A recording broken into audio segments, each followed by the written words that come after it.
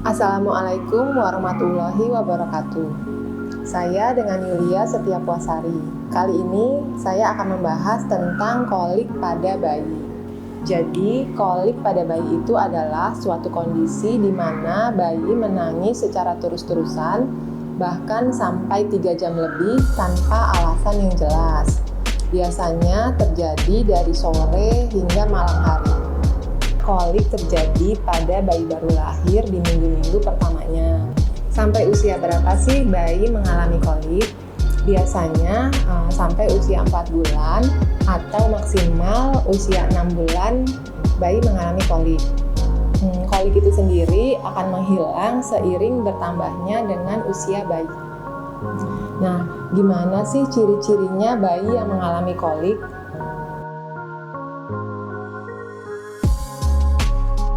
Ciri-ciri bayi kolik.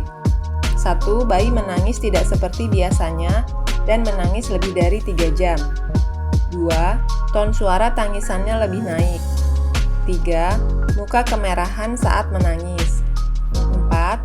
Saat menangis, bayi yang mengalami kolik, tangannya mengepal. 5. Bayi tidak mau ditaruh untuk tidur telentang. 6. Saat menangis, bayi menarik lutut ke arah perut. Kenapa sih kok bayi-bayi ini bisa kena kolik gitu? Sampai saat ini belum ada penelitian lebih lanjut, tapi ada beberapa yang bisa menjadi penyebabnya. Yang pertama, kemungkinan lupa untuk menyendawakan bayi setelah menyusui. Yang kedua, karena sistem pencernaan bayi yang belum matang. Mencerna makanan adalah tugas besar bagi sistem pencernaan bayi yang baru lahir. Akibatnya, makanan dapat lewat terlalu cepat dan tidak hancur sepenuhnya, yang mengakibatkan rasa sakit dari gas di usus. Sehingga si kecil pun tidak nyaman dan menjadi penyebab kolik pada bayi. Yang ketiga, alergi atau sensitivitas makanan. Beberapa ahli percaya bahwa kolik pada bayi adalah hasil dari alergi terhadap protein susu sapi pada bayi yang diberi susu formula. Dalam kasus yang lebih jarang, penyebab kolik pada bayi dapat menjadi reaksi terhadap makanan tertentu dalam makanan ibu pada bayi yang disusui. Cara mengatasi kolik adalah yang pertama, bayi diberi kenyamanan dulu. Misalnya seperti digendong, kemudian diberikan posisi seperti tiger on the wood, seperti ini. Kemudian dipeluk, tuntutin. Jadi kadang bayi itu ketika mendengar suara detak jantung ibunya, dia merasa aman dan nyaman karena dia merasa mendengar suara yang sudah familiar sejak dalam kandungan. Jadi saat di dalam kandungan itu bayi bisa mendengar suara-suara. Nah, salah satunya adalah suara jantung ibunya. Yang kedua adalah tetap memberikan ASI kepada bayi. Yang ketiga, bisa juga memandikan bayi dengan air hangat. Tapi jika menangisnya udah jam 7 malam atau jam 8 malam, ya nggak usah dimandiin dengan air hangat. Kecuali jika menangisnya pada jam 3 sore atau jam 4 sore, nah bayi bisa dimandikan dengan air hangat.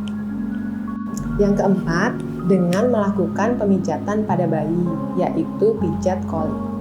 Tujuannya adalah untuk mengeluarkan gelembung-gelembung udara kecil pada perut bayi, mengurangi nyeri perut pada bayi, dan memperlancar buang air besar pada bayi.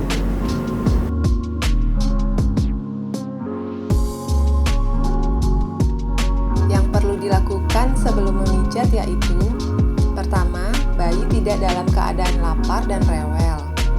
Kedua, lakukan di dalam ruangan. Ketiga, dengan pencahayaan yang cukup dan udara yang sejuk. 4. Bayi di dalam suasana yang tenang dan tidak bising. 5. Menggunakan minyak organik seperti minyak biji anggur, minyak zaitun, dan minyak kelapa. Yang tidak boleh dilakukan adalah 1. Jangan memijat bayi yang demam. yaitu jika suhu bayi lebih dari 37,5 derajat Celcius. 2. Hindari memijat bayi jika ada luka terbuka atau tali pusat belum lepas. 3. Sebaiknya jangan memijat bayi yang memiliki kelainan jantung, atau konsultasikan dahulu dengan dokter. Nah, sekarang gimana sih gerakannya? Sekarang kita akan melakukan gerakan pijat kolik pada bayi. Yang pertama adalah sebelumnya kita harus mencuci tangan dahulu. Jika kita memakai perhiasan dan jam tangan, maka dilepas dulu perhiasan dan jam tangan.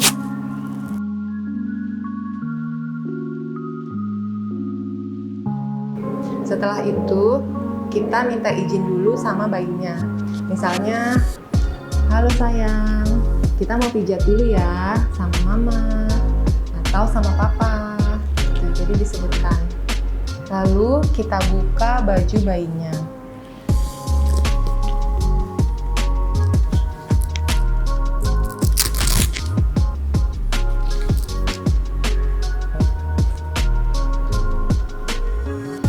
Kemudian kita ambil minyak di tangan, lalu kita gosok-gosokkan dan didekatkan telinganya. Jadi ini sebagai tanda bahwa jika ada gerakan atau suara gesek-gesek tangan di telinga, si bayi udah tahu, oh berarti ini saya mau dipijat ya. Setelah tangannya berasa hangat, kemudian ditempel di bagian perutnya. Jadi dia tahu ada dua tanda. Yang pertama, digesek-gesek tangan di telinganya, kemudian yang kedua adalah sensasi hangat di badannya. Kemudian melakukan gerakan mengusap pada perut ke arah bawah bergantian tangan kanan dan kiri. Lakukan 6 kali dengan kedua tangan. Penekanannya gentle, yaitu pelan tapi tegas. Jadi nggak terlalu pelan banget dan nggak juga terlalu kasar. Dari perut ke arah bawah. Selanjutnya adalah menekuk kedua kaki bayi ke arah perut. Jadi pegang pergelangan kedua kaki bayi, lalu tekuk lutut kaki perlahan menuju ke arah perut bayi, lalu tahan sebentar.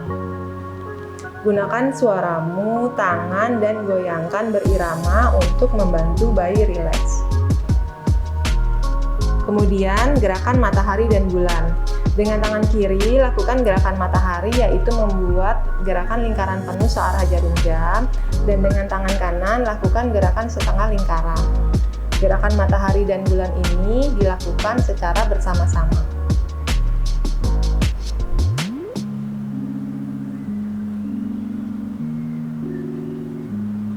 Selanjutnya adalah menekuk kedua kaki bayi ke arah perut. Jadi, pegang pergelangan kedua kaki bayi, lalu tekuk lutut kaki perlahan menuju ke arah perut bayi, lalu tahan sebentar. Gunakan suaramu, tangan, dan goyangkan berirama untuk membantu bayi rileks. Itu tadi gerakan pijat kolik pada bayi. Ulangi rangkaian pijat kolik pada bayi ini sebanyak 3 kali. Lakukan 2-3 kali sehari dan lakukan setidaknya selama 2 minggu. Setelah selesai, kita merapikan bayi, memakai pakaiannya. Lalu, kapan kita harus ke dokter kalau misalnya anak kita kolik?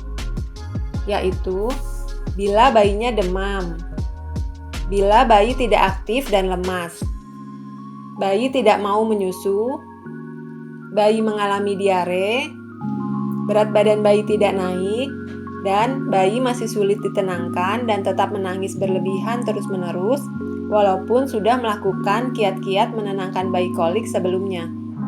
Sekian dulu pembahasan kita tentang kolik kali ini. Semoga dapat bermanfaat dan sampai jumpa. Wassalamualaikum warahmatullahi wabarakatuh.